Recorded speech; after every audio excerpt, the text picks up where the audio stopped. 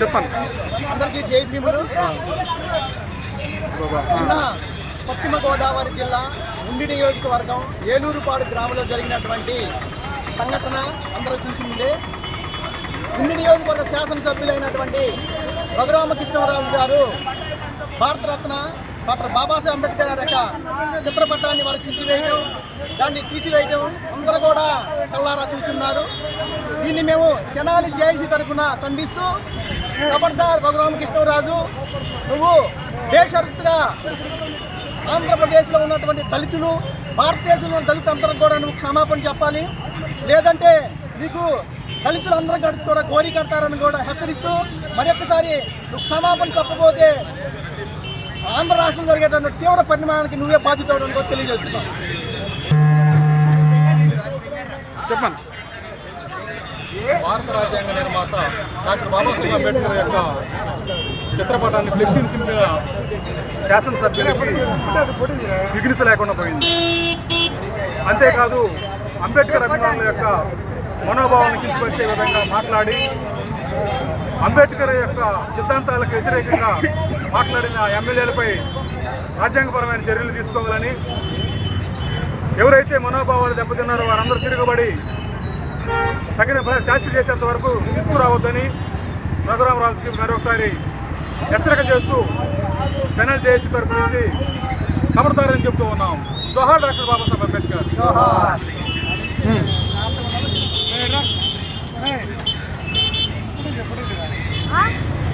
అందరికీ జై భీమ్. ఇండి ఎమ్మెల్యే అయినటువంటి రఘురామకృష్ణరాజు మన ప్రపంచ మేధావి, భారత రాజ్యాంగ నిర్మాత, ఈ దేశానికి గొప్ప రాజ్యాంగాన్ని అందించిన మహోన్నతమైన వ్యక్తి ఆ చిత్రపటాన్ని తొలగించడం, దీన్ని తీవ్రంగా తెనాలి జేఏసీ తరఫు తీవ్రంగా ఖండిస్తూ ఉన్నాం. ఈ రఘురామకృష్ణరాజు అంబేద్కర్ గారి పాదాల దగ్గరకు వచ్చి క్షమాపణ చెప్పి పాలాభిషేకం చేసే వరకు రాష్ట్ర వ్యాప్తంగా ఇదే విధంగా తీవ్రంగా ఆందోళన కార్యక్రమాలు జరుగుతూ ఉంటాయని తెలియజేస్తూ హెచ్చరిస్తూ ఉన్నాం. జై భీమ్. జై భీమ్. కొంచెం ముందు పెట్టాలి, మళ్ళీ అదొక వివాదం అయింది.